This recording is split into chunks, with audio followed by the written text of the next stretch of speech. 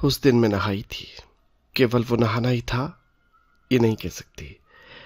सच तो यह है कि वो नहाना वास्तव में एक तरह की हिंसा था, या मैं कह सकती हूँ कि वो स्नान किसी सीमा तक प्रतिहिंसा भी था। जो कुछ हो रहा था उसका उत्तर कुछ तो देना ही था। हाँ, वो उत्तर केवल एक तात्कालिक प्रतिक्रिया थी, ये मैं आज कह सकती हूँ। जो कुछ घटा था और घट रहा था उसे अब भले ही मैं शब्दों में कह लूं, लेकिन उस समय उस सब के लिए शब्द नहीं, केवल अनुभूति की गहनता ही थी। वे घटनाएं कुछ इस तरह घटती गई थीं जैसे लंबे तपते हुए रेगिस्तान में लड़खड़ाते हुए आगे बढ़ने के प्रयत्न में लगातार जलती हुई रेत के तमाचे लगते जा रहे हों। चेहरा लहलुहान हो रहा था, ऐसा महसूस होता था। डायरी का वो पन्ना तब से कई बरस बाद का लिखा हुआ तब की उस यातना का एकमात्र साक्षी है। क्या कुछ नहीं हुआ उस बीच। क्रोध, जिद, खीज और कुंठा के कितने ही कांटे उगे। कितनी ही बार मेरे और शोभन के बीच ऐसा लगता जैसे एक रेगिस्तान उगाया हो, और फिर वो रेगिस्तान अनचाही बढ़ता गया। मेरी चाहत और शोभन की बाहों के बीच का रेगिस्तान एक दिन इतना विस्तृत हो गया कि एक सिरे से दूसरे सिरे तक दृष्टि से उसे लांघना भी असंभव हो गया। घटनाओं के थपेड़ों से चेहरे पर जो जलन पैदा हुई, उसी का बदला लेने के लिए डॉक्टर की हिदायत के बावजूद मैं बाथरूम गई और जी भर कर नहाया। उसी रात मुझे तेज बुखार हो आया। मन में उस बुखार का एक हल्का सा भय भी पैदा हुआ, लेकिन फिर मैंने सोचा ठीक है, अगर कुछ गड़बड़ भी होनी है तो उसे हो जाना चाहिए। शोभन की माँ ने रात में शायद मुझे कराहते सुना। बुखार बहुत तेज था। लगभग चीख कर उन्होंने कहा, तुझसे नहाने को किसने कहा था? बच्ची का कुछ तो ख्याल कर। माँ स्वयं बीमार थी, फिर भी वे भागकर थर्मामीटर ले आई और फिर उसके बाद भागकर ही बैठक की ओर शोभन को बताने गई। काफी देर से शोभन बैठक में अपने मित्रों से बातें करने में व्यस्त थे। कानों में लगातार आती उनकी आवाज से बेचैनी हो रही थी। माँ की आवाज सुनकर वे शायद थोड़े अस्थिर हुए, फिर अपने आप को संभाल कर बोले, ठीक है, इसमें परेशानी की क्या बात है? ऐसे समय में थोड़ा बहुत बुखार आ ही जाता है, और फिर माँ तुम्हारी भी तो तबीयत खराब है, लेटती क्यों नहीं हो? माँ कुछ समझी, कुछ नहीं समझी। हताश होकर वापस लौट आई। मैंने सुना तो जी में आया कि मुंह में लगे थर्मामीटर के कांच को चबा जाऊं और फिर इस यातना का अंत हो जाए। वे फिर बातों में व्यस्त हो गए। बाहर आए हुए मेहमानों में शायद वर्मा जी भी थे, क्योंकि उनकी हंसी सुनाई दी। वे कम हंसते हैं और कम बोलते हैं, और अक्सर मैंने महसूस किया है कि अक्सर वो जब हंसते हैं तो शोभन बेचैन हो उठते हैं। मैंने बहुत बार महसूस किया है। शोभन कभी कभी ये महसूस करते हैं कि जिन वर्मा जी को उन्होंने बलात् अपने से छोटा बना दिया, उन्हीं वर्मा जी की एक हल्की सी हंसी उनका सर्वांग छोटा कर जाती है। शोभन का अपराध भाव तिलमिलाने लगता है। शोभन अच्छी तरह जानते हैं कि किस तरह से उनसे बहुत बड़े वर्मा जी स्वेच्छा से सिर्फ इसलिए उनसे छोटे हो गए कि वे शोभन की महत्वाकांक्षा को चुनौती देकर अपने को नीचे नहीं गिराना चाहते थे। वर्मा जी ने शिकायत का कभी एक शब्द भी नहीं कहा। शिकायत करना उनके रक्त में ही नहीं था। जो कुछ था उसे वो सहज स्वीकार कर लेते थे। उस दिन की मुझे याद है जब वर्मा जी ने शोभन से कहा था कि किस तरह साहित्यिक मूल्यों के पुनरांकन के लिए वे एक ऐसी पुस्तकाकार पत्रिका निकालना चाहते हैं जिसमें लेख, कविताएं, रिपोर्टाज, लघु उपन्यास और कहानियां आदि सब कुछ हों, और जो लेखक का समग्र प्रतिनिधित्व करती हूँ। शोभन के चेहरे पर हमेशा जैसे एक कुटिल मुस्कुराहट आई थी। वो पुस्तकाकार पत्रिका कसौटी निकली थी। वर्मा जी ने रात रात जुटकर संपादित किया हुआ वो ग्रंथ शोभन को दिया था, और शोभन ने उसे प्रेस पहुंचा दिया था। हाँ, जब मुखपृष्ठ छपा तो मैंने भी देखा था। उस पर बड़े बड़े अक्षरों में संपादक के रूप में नाम था शोभन का, और वर्मा जी का नाम नीचे इस तरह छपा था जैसे वे मात्र सहायक रहे हों। वर्मा जी ने व्यंग्य से भी नहीं और यातना से भी नहीं, केवल एक निर्वेद भाव से हंसकर कहा था, शोभन, तुम शायद इससे भी ज्यादा बड़े हो। संपादकत्व तो तुम्हारे लिए छोटा है। अपने आप को इतना छोटा क्यों करते हो? शोभन बेहद पिटे हुए, जैसे अपनी झेप मिटाने के लिए नाक पर से पसीने की बूंदें पोंछते हुए मुस्कुराए थे। वर्मा जी की हंसी के साथ साथ मेरी कल्पना में उभर आया कि फिर शोभन अपनी नाक पर आया हुआ पसीना पोंछ रहे होंगे। बुखार की तपन बहुत अधिक थी, इसलिए मैं कब सोई मुझे पता नहीं। पूरा 1 सप्ताह लगा मुझे उस बुखार से मुक्त होने में। बुखार के उन दिनों में कहाँ क्या होता रहा, इसका मुझे होश नहीं था। मैं थोड़ा थोड़ा ये भी सोचने लगी थी कि शायद इस बुखार से मेरी मुक्ति का रास्ता मिले, लेकिन मुक्ति का रास्ता बुखार से नहीं निकला। बुखार धीरे धीरे उतर गया। हाँ, ये जरूर है कि अब शोभन थोड़े से तटस्थ हो चले थे। तटस्थ शायद इसलिए भी हुए हों कि हो सकता है मित्रों के साथ कोई नई साहित्यिक योजना बनने लगी हो। सामान्यतः शोभन साहित्यिक मित्रों से भी दूर रहते थे। हाँ, उन्हें निकट बुलाया जाता था जब शोभन को अपनी महत्वाकांक्षा की कोई नई सीढ़ी चढ़नी होती थी। उस नई सीढ़ी का खाका उनके मन में तैयार हो गया था, इसलिए साहित्यिक मित्र दोबारा जुड़ने लगे थे। उन साहित्यिक मित्रों के कारण ही शायद मीनल कांड भी धुंधला पड़ गया था, और इसी बीच मीनल की छुट्टियां भी समाप्त हो गई थीं। शरीर का घाव भर गया, लेकिन मन का घाव भरा नहीं। मीनल चली गई थी, इसलिए मैं बार बार सोचती कि शायद अब शोभन का मन उधर से कुछ लौटे। शायद शोभन ही इस बात का प्रयत्न करें कि घाव भर जाए और दूरियां समाप्त हो जाएं, लेकिन वैसा कुछ भी नहीं हुआ। शोभन ने अपने आप को किसी और दुनिया में खींच लिया था। मीनल को पत्र लिखने के लिए थोड़ा बहुत समय जो उनके पास बचता था, उसे वे अपनी महत्वाकांक्षा के लिए प्रयुक्त करते थे। लगभग रोज ही मीटिंग होती थी। कोई बिल्कुल नई योजना तैयार की जा रही थी। कभी कभी बैठक से आती आवाजें मैं सुनती और उदास हो जाती। पहले कभी ऐसी बैठकें होती थीं तो शोभन की आवाज आती थी, कुंतल, लेकिन अब वो आवाज नहीं आती थी। अब मेरी वहां आवश्यकता भी नहीं थी। एक आध बार कभी वर्मा जी ने या किसी और ने मुझे याद भी किया तो शोभन ने उन्हें कह दिया कि वे व्यस्त हैं। मुझे ऐसा लगता था जैसे उन दिनों उन्हें उन सभाओं में मेरे होने के कारण जो कुछ मिलता था उसकी पूर्ति हो गई थी। शोभन योजना बना रहे थे कि कलकत्ते में एक बड़ा सम्मेलन किया जाए जिसमें मानव मूल्यों और साहित्यकार के राजनीतिक दायित्वों पर बहस हो। उस सम्मेलन में बहस का आधार वो समूचा नवलेखन हो जिसे कसौटी में संकलित किया था। शोभन जानते थे ये काम भी अकेले उनके वश का नहीं था। बड़ी सावधानी से ऊपर उठने के लिए वो एक एक सीढ़ी तैयार कर रहे थे। बहस चूंकि सैद्धांतिक स्तर पर होनी थी, इसलिए शोभन जानते थे वर्मा जी के बिना काम चलेगा ही नहीं। रूमानी भावुकता के आधार पर सैद्धांतिक बहस शोभन के वश की बात नहीं थी। शोभन इस बात की योजना बना रहे थे कि विषय प्रस्तावना तो मामूली बात है, बहस का जवाब देना ज्यादा बड़ी बात है। इसलिए बहस का जवाब देने की जिम्मेदारी वर्मा जी संभालेंगे।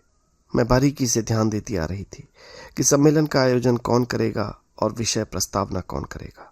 इसे शोभन ने स्पष्ट नहीं किया था। जाहिर है कि विषय प्रस्तावना और संयोजन शोभन ने स्वयं बड़ी चतुराई से अपने आप ले ली थी। इस सम्मेलन के बारे में इस बार वे अंग्रेजी के अंतर्राष्ट्रीय पत्र जबान में भी काफी कुछ छपवाना चाहते थे।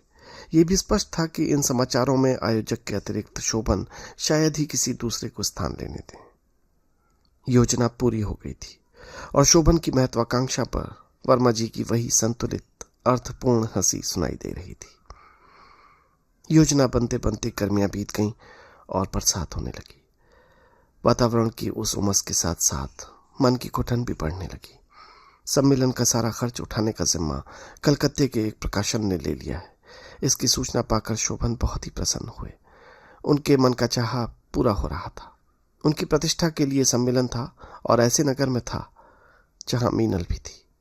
सफर की तैयारियां बड़े जोरों के साथ होने लगीं।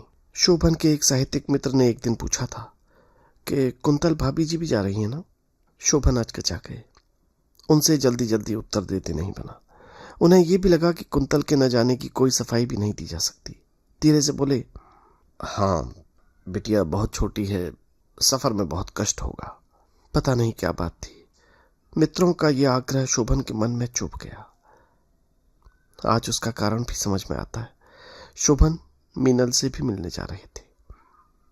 कहीं उनके मन में यह जोर था कि अगर अकेले जाएंगे तो मीनल से उतना खुलकर मिल नहीं पाएंगे। यही मजबूरी थी कि उन्होंने अपने साथ मेरा भी रिजर्वेशन करा लिया। कलकत्ते में 2 काम उन्होंने पहले किए। पहला काम ठहरने के किसी दूसरे प्रबंध को छोड़कर मीनल के यहाँ पहुंचना, और दूसरा काम सम्मेलन के लिए प्रेस कॉन्फ्रेंस बुलवाना। प्रेस कॉन्फ्रेंस बड़ी चतुराई से बुलाई गई थी। अंतर्राष्ट्रीय मानवीय समस्याओं के संदर्भ में नए साहित्य के विश्वव्यापी मूल्यांकन और सांस्कृतिक संक्रांति पर एक लंबा चौड़ा वक्तव्य शोभन ने अपनी ओर से दे दिया था। प्रेस कॉन्फ्रेंस में शोभन ऐसे बोले थे जैसे साहित्य के समूचे आंदोलन के वे निर्वाचित नेता हों। वर्मा जी उस वक्तव्य को अखबारों में पढ़ने के बाद फिर उसी तरह हंसे थे। ये सब बाहर की दुनिया में था। अंदर की दुनिया में पहली ही रात जो कुछ हुआ वो मेरे ख्वाबों को और गहरा कर गया। मीनल बहुत ही प्रसन्न से भी कुछ अधिक थी। प्रेस कॉन्फ्रेंस के बारे में वो ऐसा महसूस कर रही थी जैसे शोभन के साथ साथ स्वयं वो भी उतनी ही बड़ी हो गई हो। मैंने सुना कि मीनल शोभन की तुलना अंग्रेजी के कीट से कर रही थी। शोभन उससे संतुष्ट नहीं हुए थे। उन्होंने कहा था, मीनल तुमसे सच कहता हूँ, मेरा दुर्भाग्य कि मैं भारत में पैदा हुआ हूँ। अगर यूरोप में होता तो जॉन पॉल सार्त्र को लोग इतना बड़ा नहीं मानते। अपने आप को शोभन निश्चय ही सार्त्र से आगे मान चुके थे। उनका विश्वास था कि उनकी रचना अश्वत्थामा इस सदी की सबसे बड़ी उपलब्धि है। वे मीनल को बता रहे थे, इस सम्मेलन में विदेशों से भी प्रतिनिधि आएंगे। तुम्हारा भाग्य बड़ा होगा तो यही सम्मेलन रंग लाएगा। रविंद्रनाथ टैगोर के बाद नोबेल प्राइज योग्य अश्वत्थामा के आगे अन्य कोई कृति नहीं है। बिटिया को नींद आने लगी थी। मीनल के और शोभन के संवादों का कथ्य अब बदलने लगा था। उनमें एक अजीब रोमानियत भर गई थी। मैंने सुना वे कह रहे थे, तन्मयता के क्षणों में डूबकर सार्थकता पाई है और अब उद्घोषित महानताओं से अभिभूत और आतंकित नहीं होता। संवादों की ओर से ध्यान हटाकर मैं फिर तोरू को सुलाने में लग गई। अर्ध निमीलित नेत्रों से मीनल को देखते हुए शोभन ने उसके बालों की एक लट अपनी उंगलियों में लपेट ली थी। भावाविष्ट अपने आप में डूबे हुए शोभन के रहस्यमय शब्द सुनाई दिए, तो भी मैं क्या करूं मीनल, मैं तो वही हूं, तुम्हारा बावरा मित्र, जिसे सदा उतना ही ज्ञान मिला जितना तुमने मुझे दिया। जितनी समझ तुमसे पाई है मीनल, उतनी बटोर कर भी कितना कुछ है जिसका कोई भी अर्थ मेरी समझ में नहीं आता। न जाने क्यों उन शब्दों को सुनकर बेचैनी हुई। इस तरह की बेचैनी जैसी उस समय होती है जब कोई किसी को छोड़ने के लिए स्टेशन गया हो और उसे गाड़ी पर चढ़ते देख रहा हो। दरअसल उन शब्दों में कुछ ऐसा प्रभाव था जो धीरे धीरे मुझे अपने ही परिवेश से कटते जाने की अनुभूति दे रहा था। शोभन तन्मय होकर कह रहे थे, मेरे लिए सब अर्थहीन है यदि तुम्हारे कांपते अधरों से। रक्त में मुझे ऐसी तिलमिलाहट महसूस हुई जैसे उसे कोई खींच कर निकाल रहा हो। तोरू को बिस्तर पर सुलाते सुलाते मैंने आंखों की कोर से देखा। शोभन मीनल पर झुक आए थे।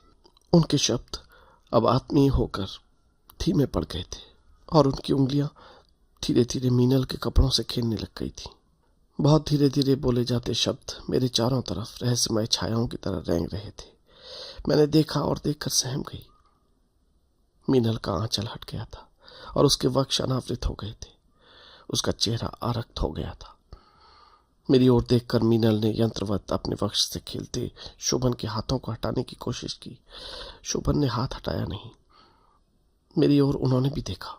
उनकी आंखों में निर्लज्ज कामुकता की झिल्ली चढ़ी हुई थी। वे शायद मुस्कुराए भी। उन क्षणों में वो मुस्कुराहट किसी सीमा तक विभत्स हो उठी थी। मदान्ध उत्तेजना ने उन्हें लपेट लिया था। मीनल के साथ अपने उन एकांत क्षणों को मेरी उपस्थिति में अधिक उत्तेजक बनाने का एक धूर्त निश्चय उनके चेहरे पर झलक रहा था। मैंने बलात् अपनी आंखें उधर से हटा लीं। क्या अब कोई उपाय नहीं है? क्या वापसी का रास्ता अब कोई नहीं है? नीचे बहती हुई दुर्दम में जलधारा में गिरी हुई नियति की ये नाव अब नीचे ही नीचे बहती जाएगी क्या? मीनल से अपने उलझाव के बारे में जो सफाइयां शोभन देते आए थे वे एक एक कर मेरे मन में उभरने लगी।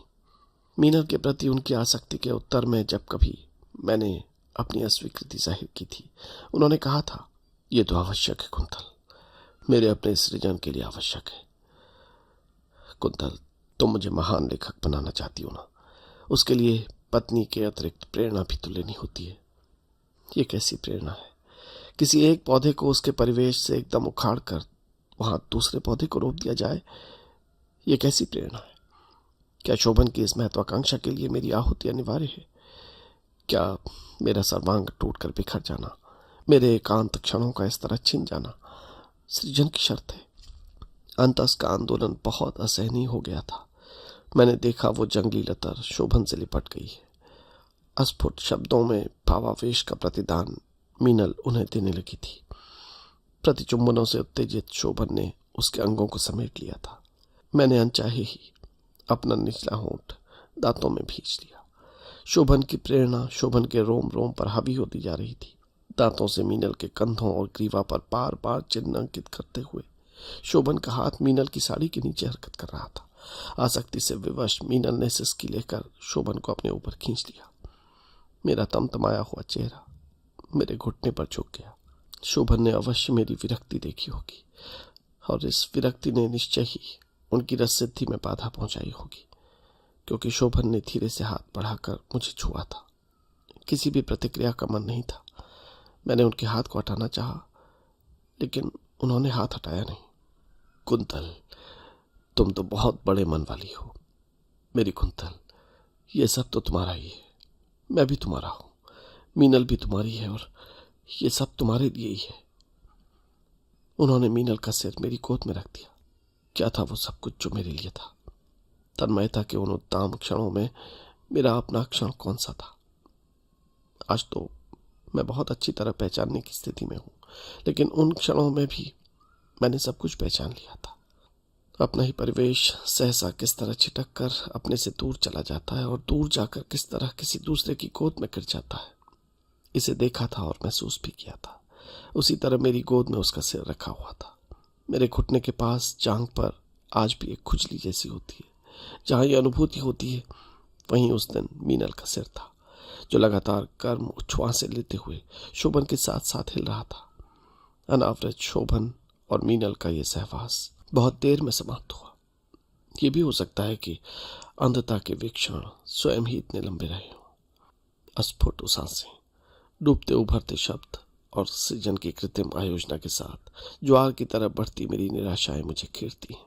लहरें नियंत्रित होती जा रही हैं। मेरा वश नहीं है उन पर। लहरों ने मेरी विवशता को उछाल कर तट की बालू पर छोड़ दिया है। बाह उठा उठा कर मैं कुछ कहना चाहती हूँ, पर कोई सुनता नहीं, कोई नहीं सुनता। मेरी यातना, अपनी महत्वाकांक्षा और लिप्सा के सघन क्षणों का सप्ताह बिताकर शोभन लौटे। तब सबसे पहले उन्होंने अपने साहित्यिक मित्रों को आमंत्रित किया।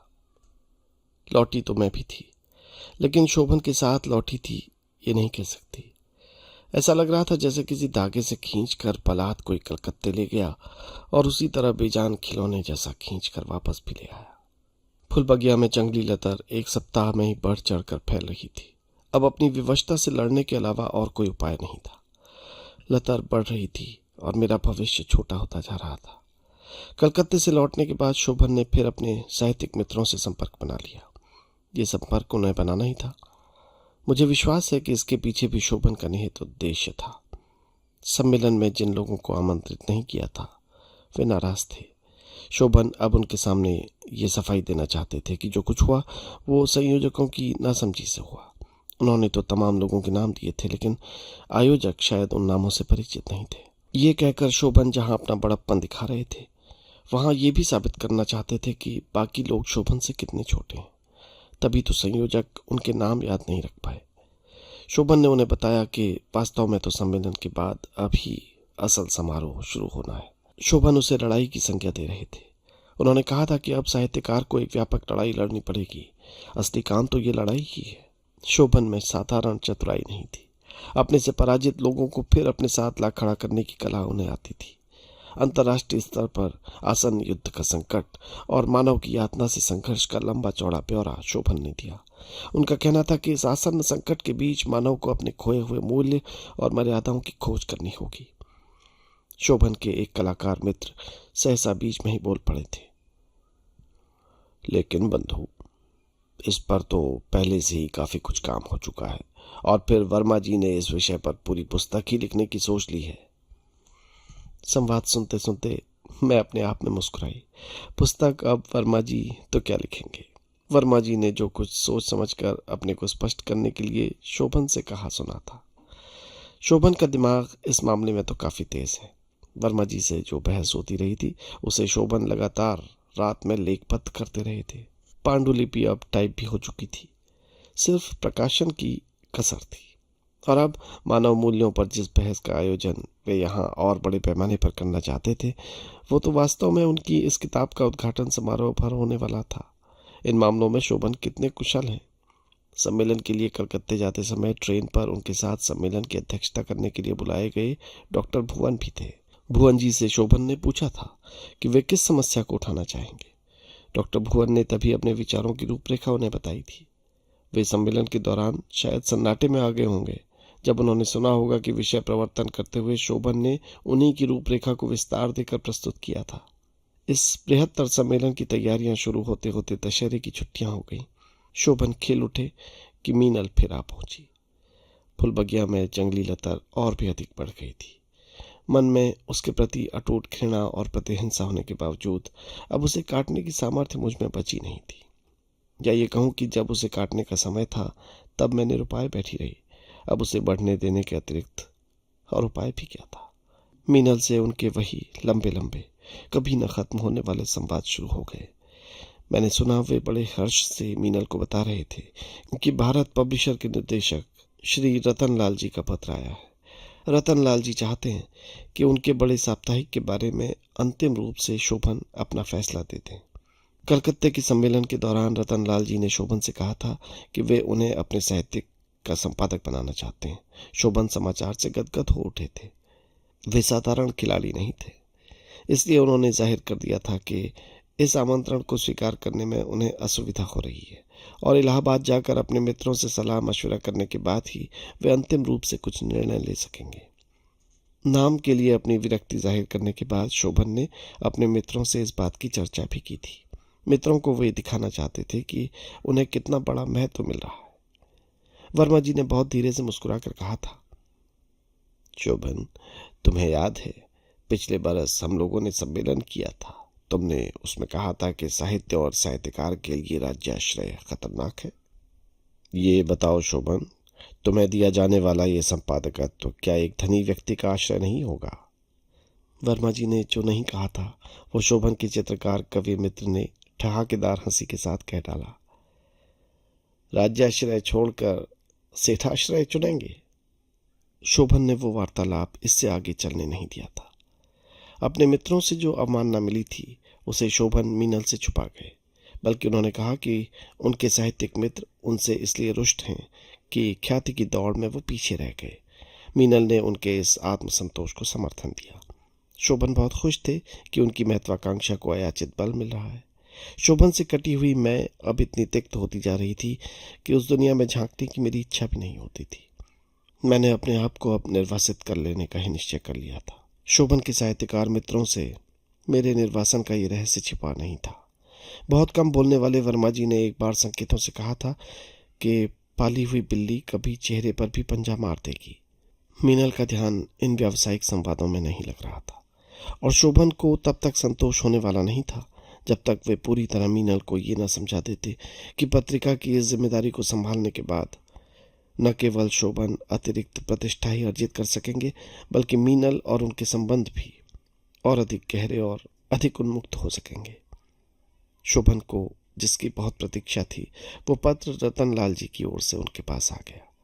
रतनलाल जी ने लिखा था, वे सपरिवार नैनीताल जा रहे हैं। अच्छा होगा कि शोभन वहीं आ जाए। पत्रिका के बारे में बात करने में भी आसानी होगी।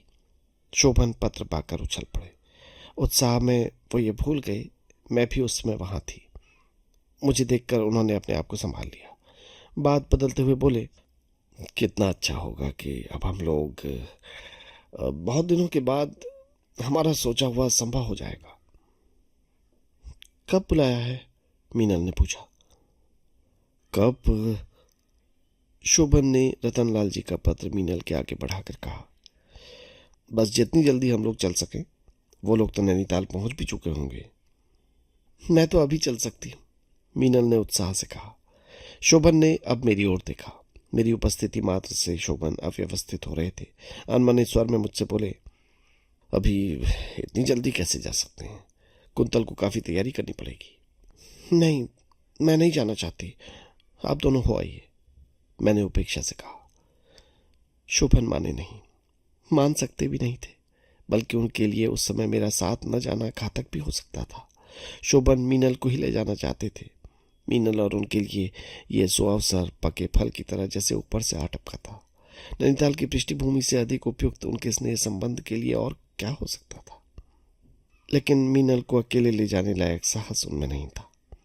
रतनलाल जी का परिवार भी वहां था।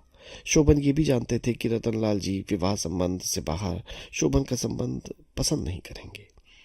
बहुत बड़ा स्थान, समृद्धि की बहुत बड़ी सीढ़ी उन्हें मिलने जा रही थी। उस सीढ़ी के लिए वो कोई ऐसा खतरा किसी भी कीमत पर लेने को तैयार नहीं थे।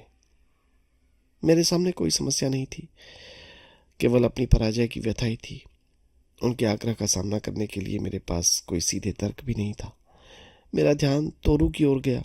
अब थोड़ी तिक्तता के साथ मैंने कहा, नैनीताल में काफी सर्दी पड़ेगी, तोरू के पास तो गर्म कपड़े तक नहीं है। तो क्या हुआ, वहीं नैनीताल चलकर ले लेंगे, शोभन ने कहा। थोड़ा सा ऊन खरीद लेना, उससे तोरू के लिए स्वेटर बुन लेना, मीनल ने कहा। तब तक उसे शॉल उड़ा लेना। मेरा मन चल उठा, क्षोभ से गला रुंधाया। ये कैसी नियति है, सब कुछ मेरा है, फिर भी मैं उसे अपनी एकमात्र बच्ची तोरू के लिए प्राप्त नहीं कर सकती। शोभन प्रसंग की कटुता को समझ गए थे, इसलिए उन्होंने तुरंत बात बदल दी। और कोई समय होता तो शोभन का रुख बिल्कुल ही दूसरा होता। इस समय तो किसी भी कीमत पर स्थिति संभालने को आमादा थे। सारी बात भूलकर उन्होंने अतिरिक्त आत्मीयता दिखाते हुए मुझसे कहा कि तुम्हें तो चलना ही होगा। मैंने मन में सोचा था कि यात्रा के बीच मन बदल जाएगा। नई जगह पहुंचूंगी तो नया वातावरण अवसाद को अपने आप ही समेट लेगा, लेकिन ऐसा कुछ हुआ नहीं। रास्ते भर मेरा अवसाद और अधिक बढ़ गया। मुझे याद आ रहा था जब शादी के बाद पहली बार शोभन मुझे इसी रास्ते से नैनीताल लाए थे। तब से इतने बरसों पहले की उस कुंतल और आज की इस कुंतल में एक जैसा कुछ भी नहीं बचा था। शोभन मीनल से सटे हुए खिड़की से बाहर देख देख कर इस तरह बातें कर रहे थे कि देखने वाला उन्हें ही पति पत्नी समझता। पता नहीं यात्रियों ने ध्यान दिया था कि नहीं। मैं उनके सामने किसी आया से अधिक शायद ही कुछ लग रही थी। बीच बीच में मन का दर्द उभरता तो मैं तोरू को सीने में भींच लेती। रास्ते भर एक बार भी शोभन की ओर चेहरा घुमाने की मेरी इच्छा नहीं हुई। स्टेशन पर खासी सर्दी थी। डब्बे के अंदर मौसम उतना सर्द नहीं लग रहा था। बाहर निकलते ही मैंने देखा तोरू की नन्ही नन्ही उंगलियां सर्दी के कारण नीली हो आई थी। मन का चोट उठा। शोभन ने एक बार भी इस बात पर ध्यान नहीं दिया कि तोरू को सर्दी भी लग रही होगी। स्टेशन से बाहर निकलकर हम लोग टैक्सी में बैठे। मैंने सोचा कि अब शायद शोभन पहले बाजार की ओर चलें और तोरू के लिए कुछ गर्म कपड़े खरीदें, लेकिन शोभन ने टैक्सी वाले को सीधे नैनीताल चलने का आदेश दिया। मेरा मन चीत्कार कर उठा। मुझसे रहा नहीं गया। हार कर मैंने कहा, जरा ठहरो। शोभन ने मेरी ओर प्रश्नसूचक दृष्टि से देखा। मैंने तिक्तता को दबाते हुए कहा, तोरू को इतनी सर्दी लग रही है, पहले कुछ गर्म कपड़े क्यों नहीं खरीद लेते। बात कहने के बाद क्षोभ और शर्म से मेरी कनपट्टियां जल उठी। कंठ में उभरती हुई रुलाई को बड़े यत्न से मैंने रोका। बेबी के लिए कपड़े खरीदे गए, लेकिन मैं समझ रही थी कि उसके पीछे शोभन की मजबूरी भले रही हो, उनका उत्साह नहीं था। कपड़ा खरीदने के बाद हम नैनीताल के लिए रवाना हो गए। अब मुझे ऐसा लगने लगा था जैसे मैं पहले से भी ज्यादा अकेली हो गई हूँ। एकमात्र तोरू को छोड़कर टैक्सी की खिड़कियों से बाहर दिखते दृश्यों में मुझे सबसे ज्यादा अपनापन नजर आ रहा था। नैनीताल पहुंचते पहुंचते सूरज ढल चुका था और भीगी हुई सर्दी आसपास लौटने लगी थी। तोरू को सावधानी से गोद में समेटकर मैंने अपने दोनों पैर झील में लटका दिए। पानी बहुत ठंडा था, लेकिन मेरी जलती हुई अंतरात्मा को उससे शीतलता मिल रही थी। अभी अभी यहाँ शोभन भी थे। 1 मिनट आने को कहकर वे उठ गए। इस बार बुरा नहीं लगा। ऐसा लगा एक कड़वाहट जो मेरे पास बैठी थी वो अब उठकर कहीं चली गई। एकांत से मुझे थोड़ा आश्वासन भी हो रहा था। ये झील डूबने के लिए भी तो काफी है, मैंने सोचा।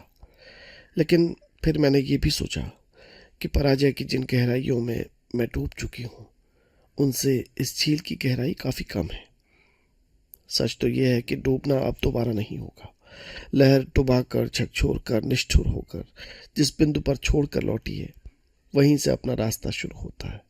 शीतल धवल अपनी छाती पर खेलकर नीचे धकेल दी गई जलधारा पत्थर, बालू और मिट्टी की कब्र से बाहर आएगी।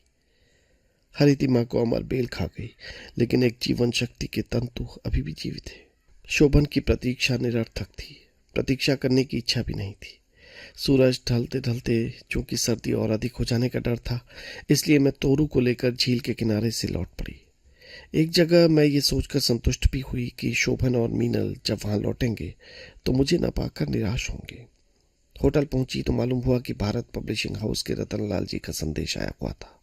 रात को भारत पब्लिशिंग हाउस के मालिक की ओर से शोभन और श्रीमती शोभन को डिनर पर बुलाया गया था। श्रीमती शोभन देखकर मन जल उठा। जी में आया कि मैं उस स्लिप को फाड़ दूं। निमंत्रण तो शोभन और मीनल के लिए होना चाहिए था। श्रीमती शोभन का नाम एक पद अवश्य था, लेकिन उस पद पर अगर मीनल न थी तो मैं भी नहीं थी। काफी रात गए, शोभन लौटे। कमरे का दरवाजा खुलने से पहले मुझे हंसी सुनाई दी। मीनल हंस रही थी और इस तरह हंस रही थी जैसे गुदगुदाया जा रहा हो। दरवाजा अंदर से बंद नहीं था, लेकिन खोलने के लिए मैं उठी नहीं। शोभन अंदर आए। आसपास उन्होंने इस तरह देखा जैसे कमरे में मेरा और तोरू का अस्तित्व न हो। मेज पर भारत पब्लिशिंग हाउस से आई हुई स्लिप एक एस्ट्रे के नीचे दबी थी। शोभन ने उसे पढ़ा और बोले, ओहो, देर न हो जाए कहीं। 8 बजे बुलाया है और 7:30 तो वैसे ही बज रहे। मिनल, तुम जल्दी से तैयार हो जाओ। लेकिन इसके बाद उन्हें कुछ ध्यान आ गया। शायद उन्होंने ये सोचा कि डिनर पर उन्हें सपत्नीक बुलाया गया है। भारत पब्लिशिंग हाउस के मालिक विचारों से बहुत अधिक रूढ़िवादी हैं। डिनर पर इस तरह किसी पराई लड़की के साथ आना उन्हें अच्छा नहीं लगेगा। तुरंत बोले, और कुंतल, तुम तो काफी पहले से आ गई थी, तुम्हें तो अब तक कपड़े बदल लेने चाहिए थे। मैंने कोई जवाब नहीं दिया। उन्होंने फिर अपनी बात दोहराई। इस बार उनके स्वर में काफी नरमी थी। उनका उद्देश्य छुपा नहीं रहा। वे अभिनय करना जानते थे। उन्हें पता था कि मेरे न जाने पर मीनल को ले जाना भी उनके लिए कठिन हो जाएगा। बहुत रूखी आवाज में मैंने कहा, आप चले जाइए, मेरी तबीयत ठीक नहीं है। शोभन का अभिनेता पूरी तरह सक्रिय हो उठा। वे मनुहार पर उतर आए। मनुहार भरी जबरदस्ती के बाद अंततः वे ही फिर जीते। डिनर से लौटने के बाद मेमने की खाल में छिपा हुआ भेड़िया सहसा बाहर आ गया। उसका काम निकल चुका था, इसलिए अब अभिनय की कोई जरूरत नहीं थी। भारत पब्लिशिंग हाउस के मालिकों से साप्ताहिक पत्र के संपादन के लिए काफी अच्छी शर्तें तय हो गई थी। मालिक इस कमरे में इस समय मौजूद भी नहीं थे, इसलिए शोभन को अपनी प्रसन्नता जाहिर करने का बहुत अच्छा मौका मिल गया। मीनल को उन्होंने बाहों में भरा और चूम लिया। डिनर के दौरान मैं शोभन से कुछ दूर बैठी थी, इसलिए उस समय उन्हें पता ही नहीं चल सका कि उन्होंने उस समय जो खुशी जाहिर की उसका राज क्या था। मीनल को भी उतना सब पता नहीं था। रात काफी हो गई थी। होटल में गहरा सन्नाटा छा गया था। कमरे पर 2 बड़े पलंग पड़े थे, दोनों एक दूसरे से काफी दूर। एक पलंग पर मैं थी तोरू के साथ और दूसरे पर शोभन मीनल के साथ। वे धीरे धीरे मीनल को बता रहे थे कि तय ये हुआ है कि शोभन यूनिवर्सिटी से 1 साल की छुट्टी लेकर बंबई जाएंगे और देखेंगे कि वे पत्र संभाल सकते हैं या नहीं। कुंतल और तोरू इलाहाबाद में माँ के साथ रहेंगी। आगे बहुत कुछ मैंने स्वयं भी जोड़ दिया। यानी मीनल के लिए ये आसान हो जाएगा कि वो जब तक चाहे बंबई में शोभन के साथ रहे, क्योंकि तब दोनों के बीच से कुंतल का व्यवधान भी दूर हो जाएगा। बातों का सिलसिला व्यवसाय से हटकर लिप्सा की गलियों में उतर गया। मैंने दूसरी ओर करवट बदल ली। शोभन और मीनल के संवाद चुंबनों और सीतकारों में बदल गए।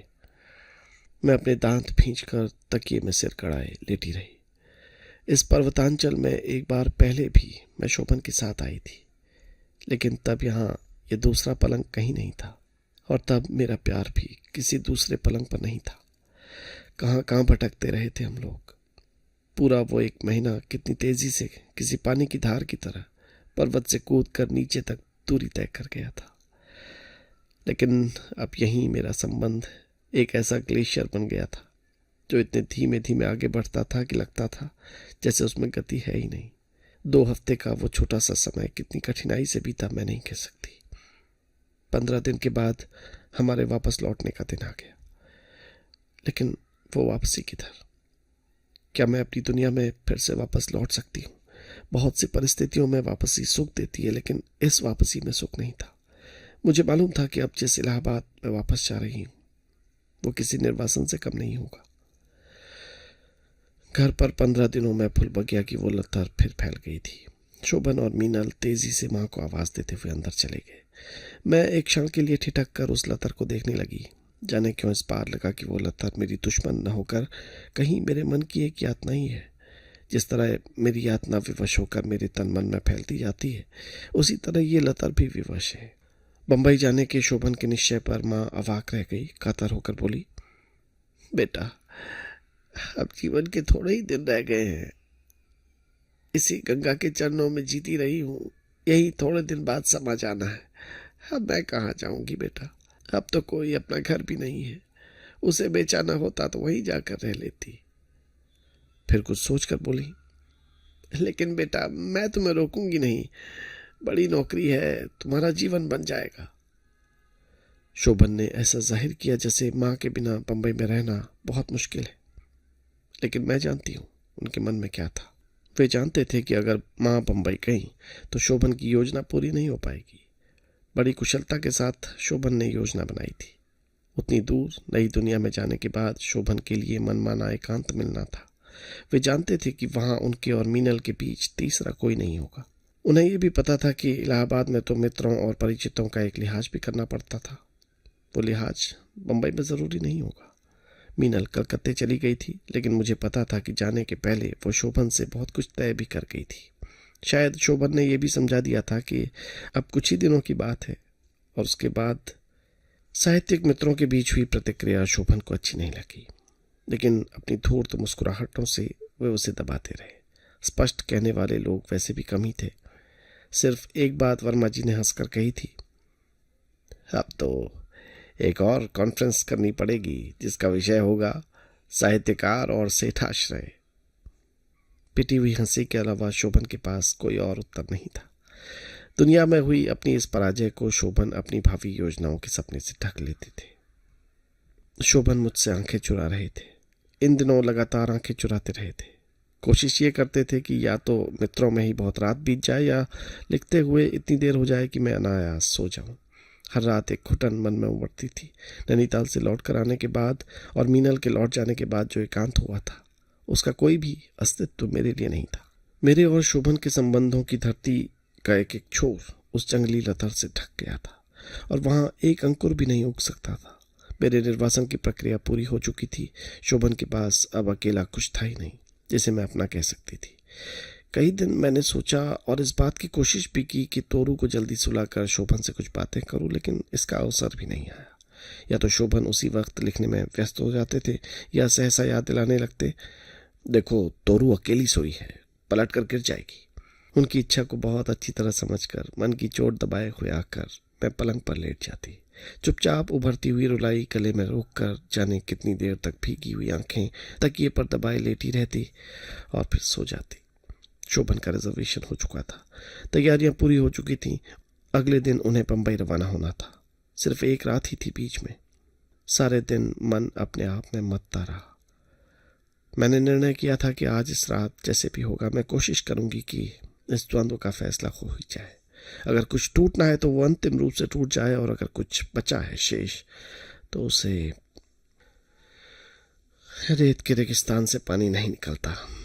तपती धूप में वो दूर पर कभी कभी चमकता हुआ दिखाई दे जाता है, लेकिन वो पानी नहीं होता। रेत में तड़पती हुई मछली के लिए वहां पानी नहीं सिर्फ रेत होती है।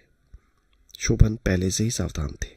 अपने निकट मेरी उपस्थिति का एहसास होते ही उन्होंने अपने आप को इस तरह व्यस्त कर लिया कि जैसे कोई बहुत जरूरी कागज वो खोज रहे हो। थोड़ी देर मैं ज्यों की त्यों खड़ी रही। मेरी उपस्थिति से उन्हें मानसिक कष्ट हो रहा था। उसी तरह कागजों को देखते हुए बोले, तुम सो क्यों नहीं जाती? ज्यादा जगने से तबीयत खराब हो सकती है। याचना की उस पिछली अवधि में पहली बार मैं इस तरह फूट कर रो पड़ी कि अब लगता है जैसे उससे बड़ी भूल मैंने दूसरी नहीं की होगी। रोने की क्या आवश्यकता थी? किसके सामने मैं रोई थी और क्यों रोई थी? इस तरह रोकर अपनी कमजोरी जाहिर करने के अलावा मैंने किया क्या था? शोभन कागजों में और अधिक व्यस्त हो गए थे। मुझे अपमान महसूस हुआ। मेरी रुलाई बढ़ गई, लेकिन शोभन ने अपनी व्यस्तता तोड़ी नहीं। शोभन की उदासीनता से जो अपमान महसूस हुआ, उसने एक बड़ा काम जरूर किया। मेरी रुलाई रुक गई। ये अच्छा ही हुआ, क्योंकि अधिक रोती तो अपमान ही अधिक बढ़ता। शोभन की उदासीनता में कोई अंतर नहीं पड़ता। मुझे पता चल गया था कि मेरा निर्वासन अब निश्चित हो चुका है। मैं तेजी से अपने पलंग पर लौट आई। शोभन ने शायद अपनी निरर्थक खोज एक क्षण के लिए बंद कर दी। कमरे में पूरी तरह सन्नाटा छा गया। शोभन शायद उस सन्नाटे से ऊब गए होंगे, क्योंकि उनकी आवाज सुनाई दी। कुंतल, तुम तो बच्चों की तरह व्यवहार करती हो, बात तो कुछ समझती नहीं। जाना है और उसके लिए इतनी बड़ी तैयारी करनी है। कुछ बहुत कड़वी बातें मन में आई, लेकिन मैंने कहा कुछ नहीं। अब ऐसा रहा ही क्या था जिसे मैं नहीं समझती। सभी कुछ तो साफ हो गया था मेरी आंखों के सामने। मन कर रहा था कि मेरे शब्द कोई ऐसे हथियार बन जाए जिससे या तो मैं अपने आप को बेच लूं या, लेकिन नहीं। उस समय भी प्रतिशोध की राह में मेरे संस्कार आ खड़े हुए थे। विवशता और मानसिक थकावट के कारण मैं न जाने कब सो गई थी।